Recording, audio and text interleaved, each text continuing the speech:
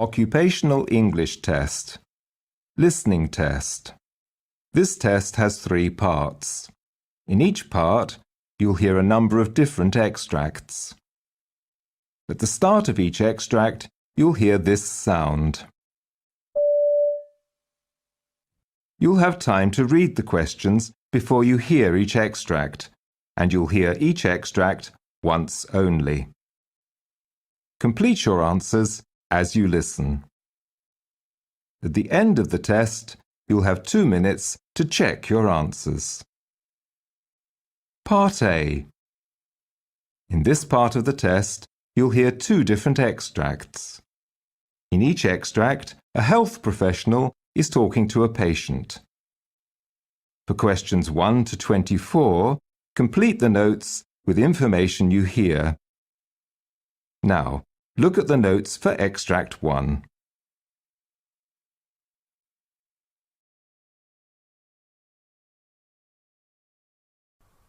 Extract 1. Questions 1 to 12. For questions 1 to 12, complete the following notes with a word or short phrase. You now have 30 seconds to look at the notes. You hear a doctor talking to a patient.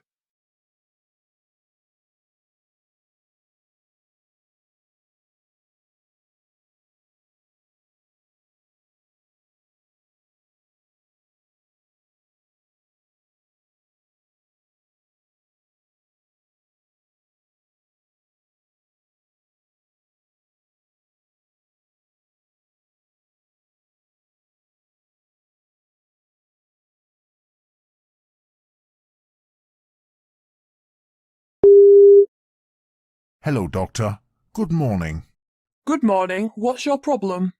Well, last year I had a traumatic injury to my left posterior. I got hit from a boat while I was in the water. I immediately rushed to the hospital where I had to undergo surgery. I'm still having an external fixation on the wound for healing fractures in the leg. I had undergone grafting and full-thickness skin grafting close to defects in my posterior thigh. It is almost healed right in the gluteal fold on the left area. In several areas along the graft site and low in the leg, there is several hypergranulation tissue developed. Is there any bleeding from the wound? No, Doctor. Okay, what's your age? 42, Doctor. Do you drink or smoke? No, Doctor. Had any other illnesses in the past? Nothing other than Clostridium difficile in the recent past. Are you taking any medication? I'm taking Cipro and Flagyl. Are you allergic to any medicine? No, Doctor. Any illness history of family members? My maternal grandmother had pancreatic cancer. My father had prostate cancer, and he has heart disease and diabetes. Well, your physical examination results are perfectly okay. Cardiology reports are regular. There is no S3, S4 or gallop. There is no murmur. Abdomen is soft. It is non-tender. There is no mass or organomegaly. Your right lower extremity is unremarkable. Peripheral pulse is good. Your left lower extremity is significant for the split-thickness skin graft closure of a large defect in the posterior thigh, which is nearly healed. Hypergranulation tissue both on your gluteal folds on the left side. There is one small area right essentially within the graft site, and there is one small area down lower on the calf area. There's an external fixation on that comes out laterally on your left thigh. The pin sites look clean. There are several multiple areas of hypergranulation tissue on the left posterior leg associated with a sense of trauma to your right posterior leg. I would recommend series of treatment with chemical cauterization of these areas till these are closed.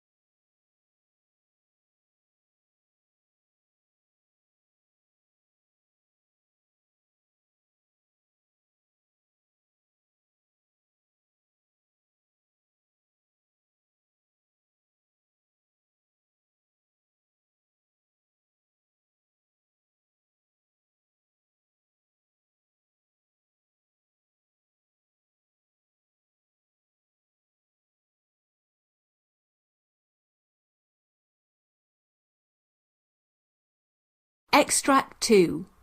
Questions 13 to 24. For questions 13 to 24, complete the following notes with a word or short phrase. You now have 30 seconds to look at the notes. You hear a doctor talking to a patient.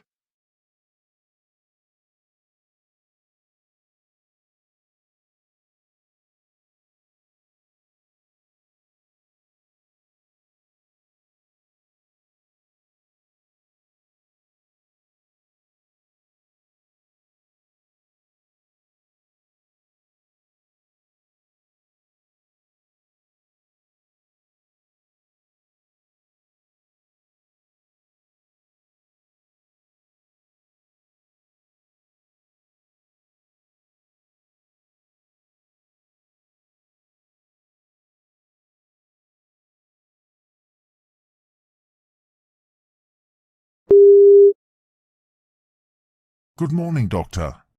Good morning. Have seated. May I know your problem? Well, I'm a patient with hypertension, chronic intermittent bipedal edema, and recurrent leg venous ulcers. I had a vascular surgery for non-healing right ankle stasis ulcer. I have a serious concern today that I had a low-grade fever of 100.2 early this morning.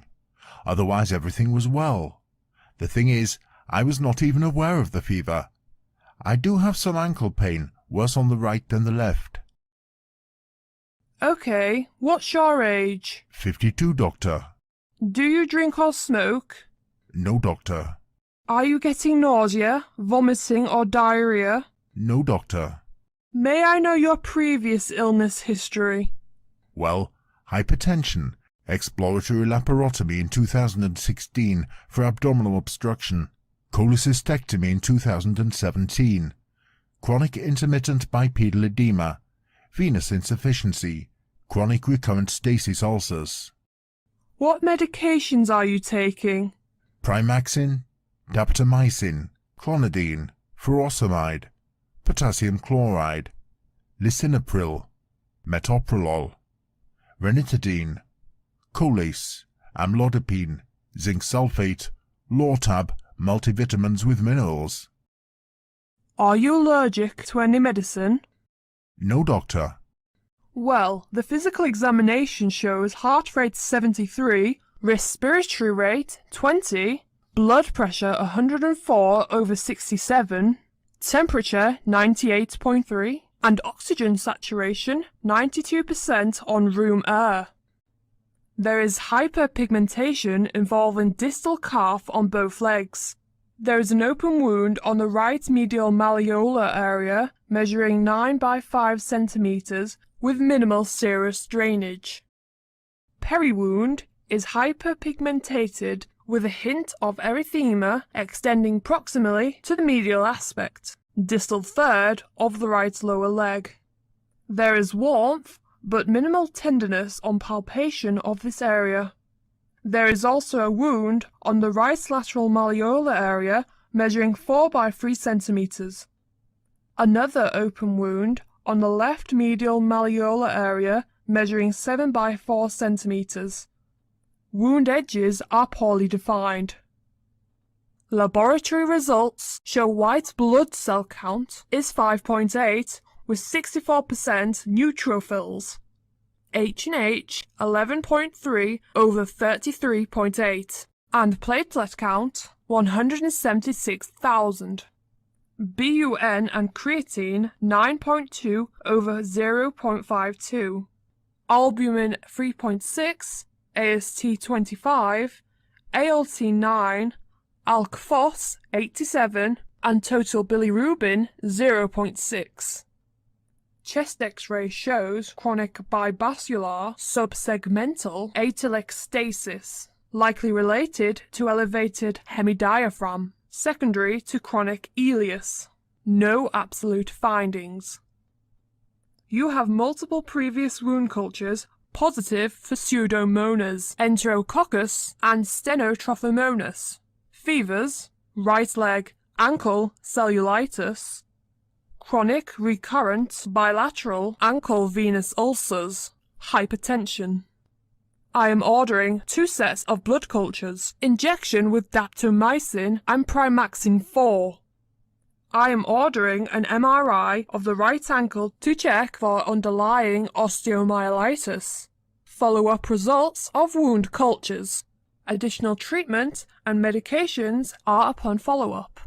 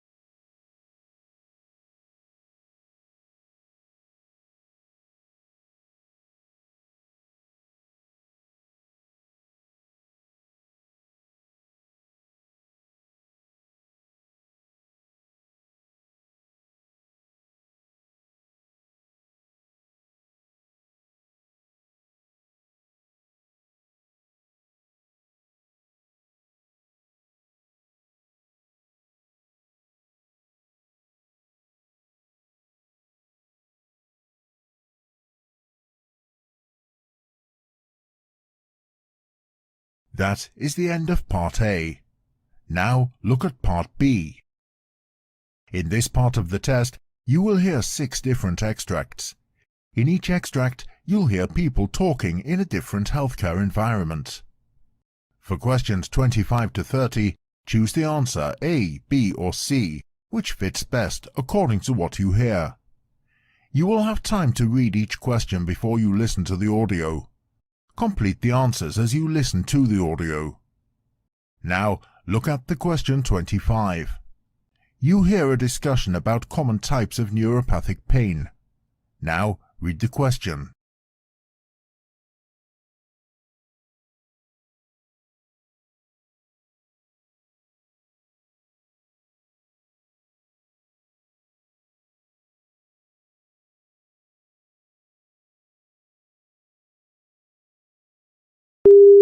Hello, doctor. What are the common types of neuropathic pain?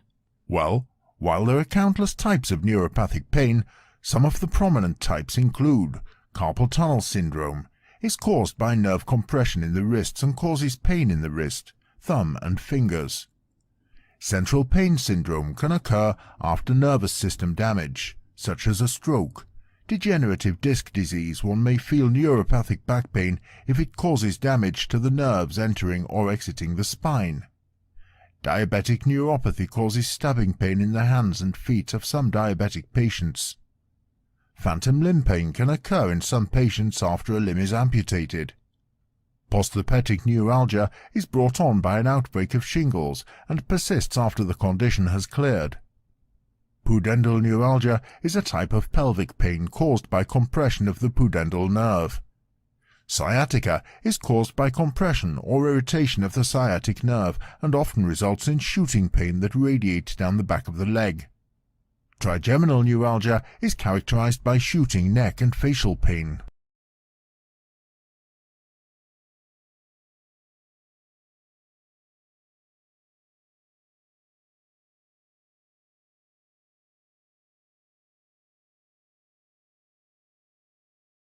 Question 26. You hear a discussion bronchodilators used to treat chronic obstructive pulmonary disease. Now read the question.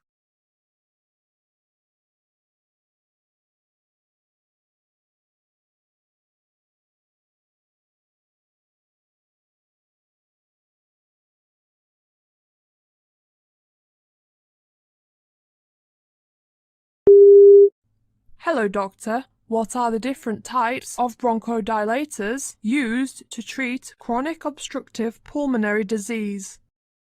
Patients with chronic obstructive pulmonary disease are often prescribed a bronchodilator, a type of medication for relaxing the air passages to help breathe better. Typically, the medications are inhaled through the mouth using a metered dose inhaler, but also come in liquid, pill, injectable or suppository formulations. The 3 classes of bronchodilators commonly used to treat chronic obstructive pulmonary disease are beta-adrenergic, beta-agonists, anticholinergics, methylxanthines. Beta-adrenergic agonists are a type of medication that binds to specific receptors in the lung called beta-adrenoceptors. By doing so, they block the trigger to bronchial spasms and allow airway passages to open. Beta-agonists can either be short-acting or long-acting, which are delivered either orally or through a metered dose inhaler. Generally, the inhaled method is preferred as it alleviates symptoms faster. Anticholinergic blocks the neurotransmitter acetylcholine in the central and the peripheral nervous system to its receptor in nerve cells and inhibit parasympathetic nerve impulses. Methylxanthines affect not only the airways but stimulate heart rate, force of contraction, and cardiac arrhythmias at high concentrations.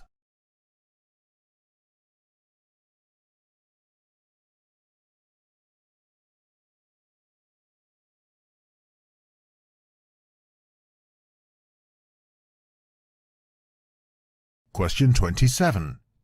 You hear a discussion about pancreatic neuroendocrine tumors. Now read the question.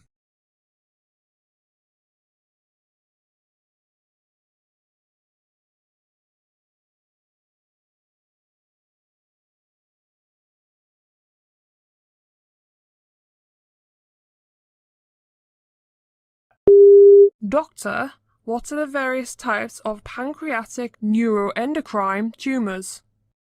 There are different kinds of functional pancreatic neuroendocrine tumors. Gastrinoma usually forms in the head of the pancreas and sometimes forms in the small intestine. Most gastrinomas are malignant. Insulinoma forms in the head, body or tail of the pancreas. Insulinomas are usually benign. Glucogenoma forms in the tail of the pancreas. Most glucogenomas are malignant. VIPomas, which make vasoactive intestinal peptide. Somatostatinomas, which make somatostatin.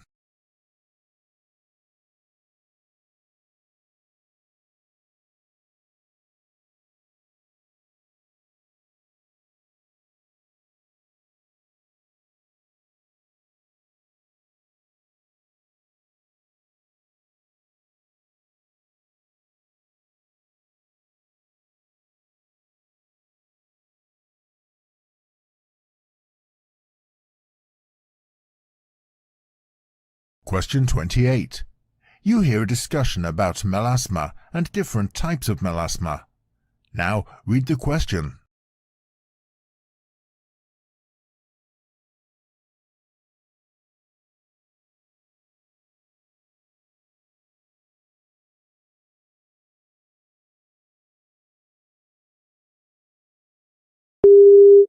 Hello, Doctor. What is melasma and what are the types of melasma? Well, melasma is a common patchy brown, tan or blue-grey facial skin discoloration, normally seen in women during their reproductive period.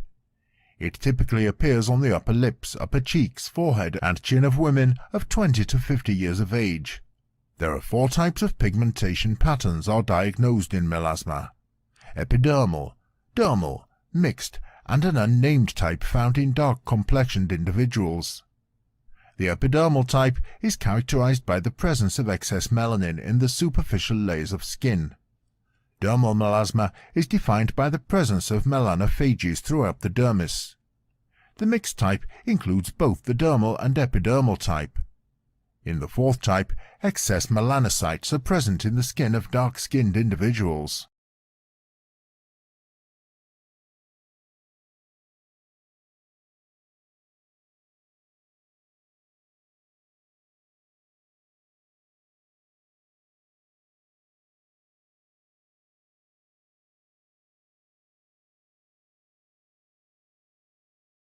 Question 29. You hear a discussion about possible causes of arthritis. Now read the question.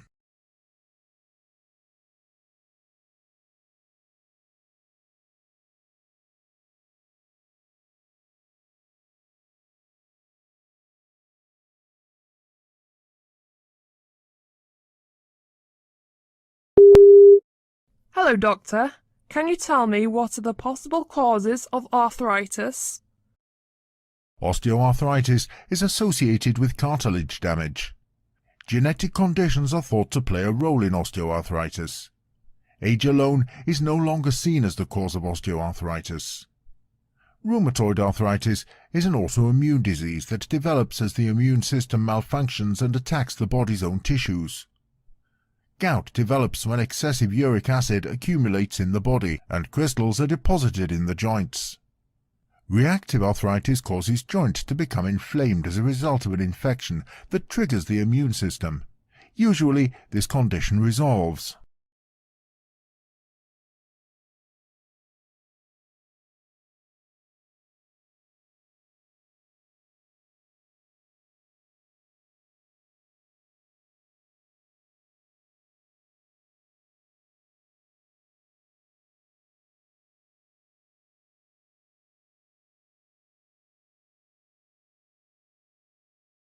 Question 30. You hear a monologue of a physician on granulomas. Now, read the question.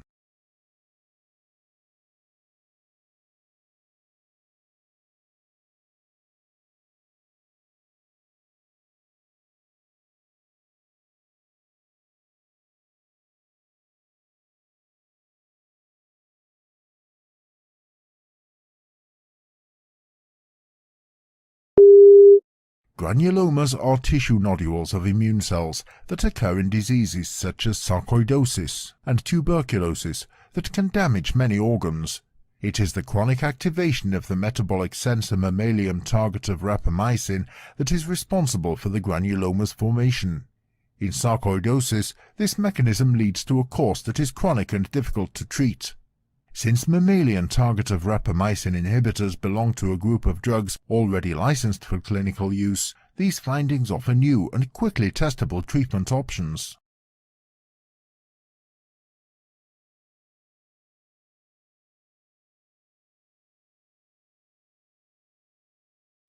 This is the end of Part B. Now, look at Part C. Part C. In this part of the test, you'll hear two different extracts. In each extract, you'll hear health professionals talking about specific aspects of their work. For questions 31 to 42, choose the answer A, B or C, which fits best according to what you hear. Complete the answers as you listen to the audio. Now, look at Extract 1. Extract 1, questions 31 to 36. You hear the lecture given by a physician on colectomy surgery. You have 90 seconds to read questions 31 to 36.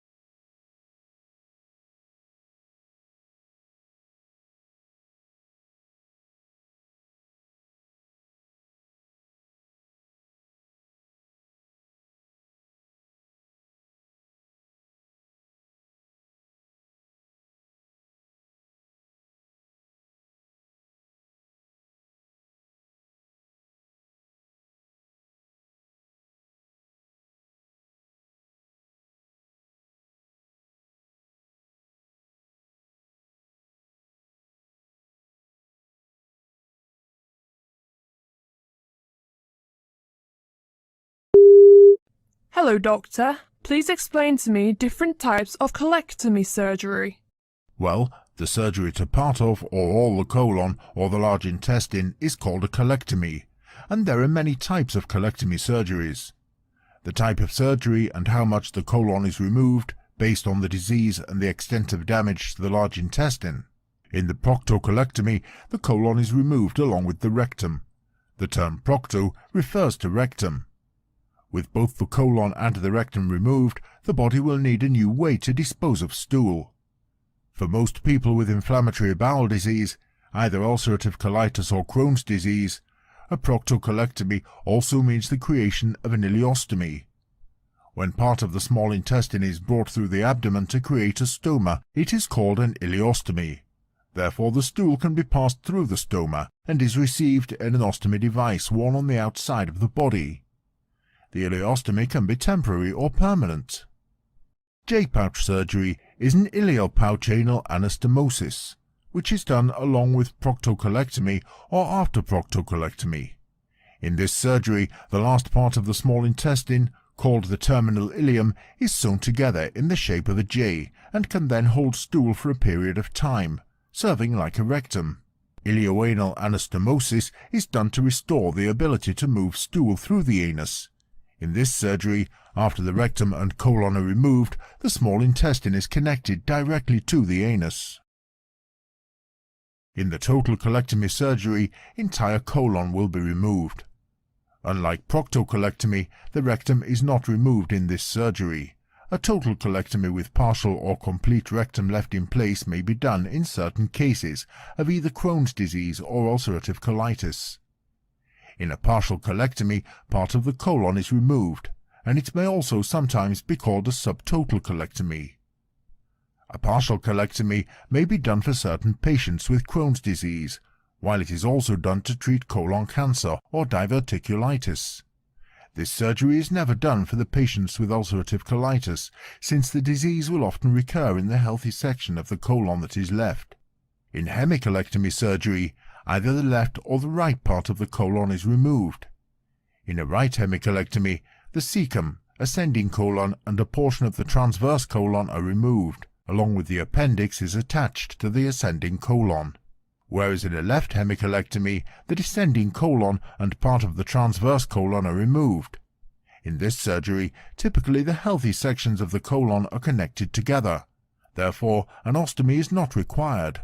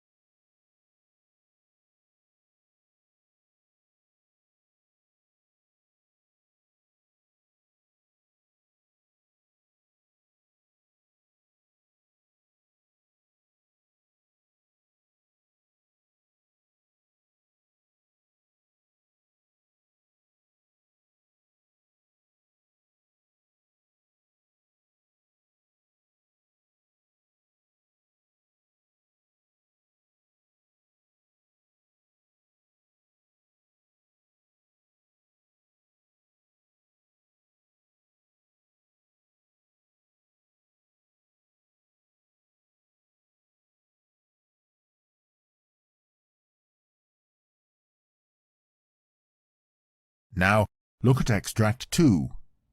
Questions 37 to 42. You hear the monologue of a physician giving a lecture on ankle fractures. You have 90 seconds to read questions 37 to 42.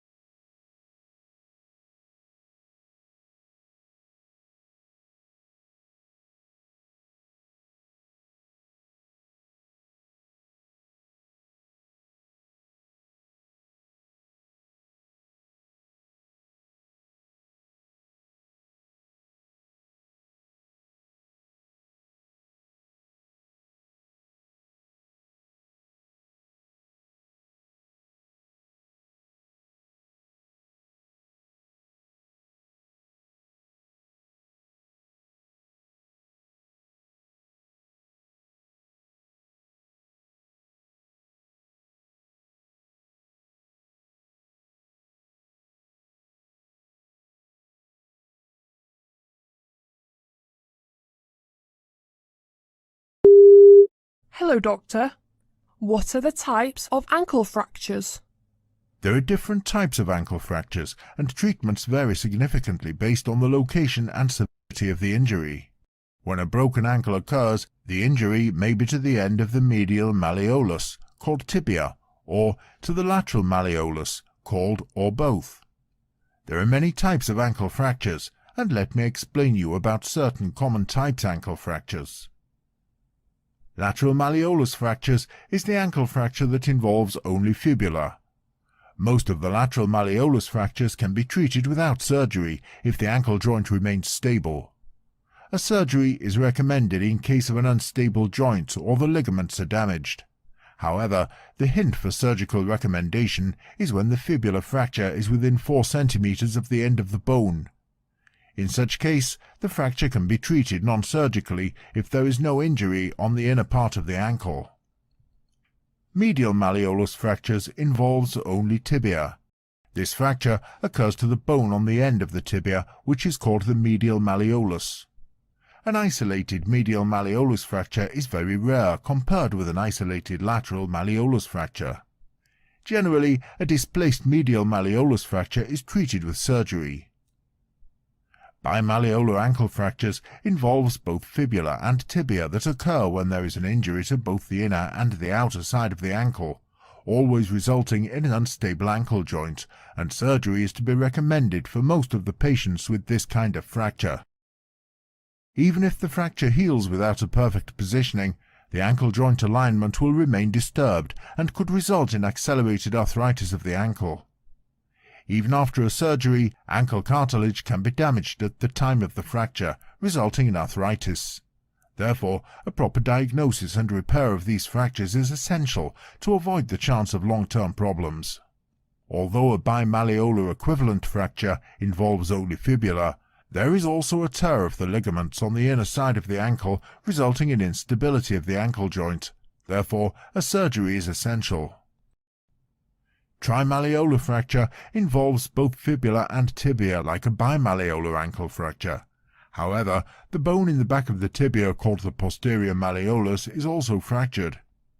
At times, if a large fragment of bone is fractured, a surgery is inevitable. Posterior malleolus fracture involves only tibia. This is a rare injury in isolation. Fractures of the posterior malleolus generally occur in association with bimalleolar ankle fractures. In such case, the injury is called a trimalleolar ankle fracture. Mesonerve fracture involves both fibula and tibia, which is a less common injury. However, this injury needs to be diagnosed thoroughly, as there are chances of missing this injury. In this type of fracture, the bone is injured on the inner side of the ankle, called the medial malleolus. The force of this injury passes through the large ligament that connects the two bones of the leg, called the syndesmosis. Since the damage is caused to this supporting ligament, the ankle becomes unstable, and most often a surgery is recommended.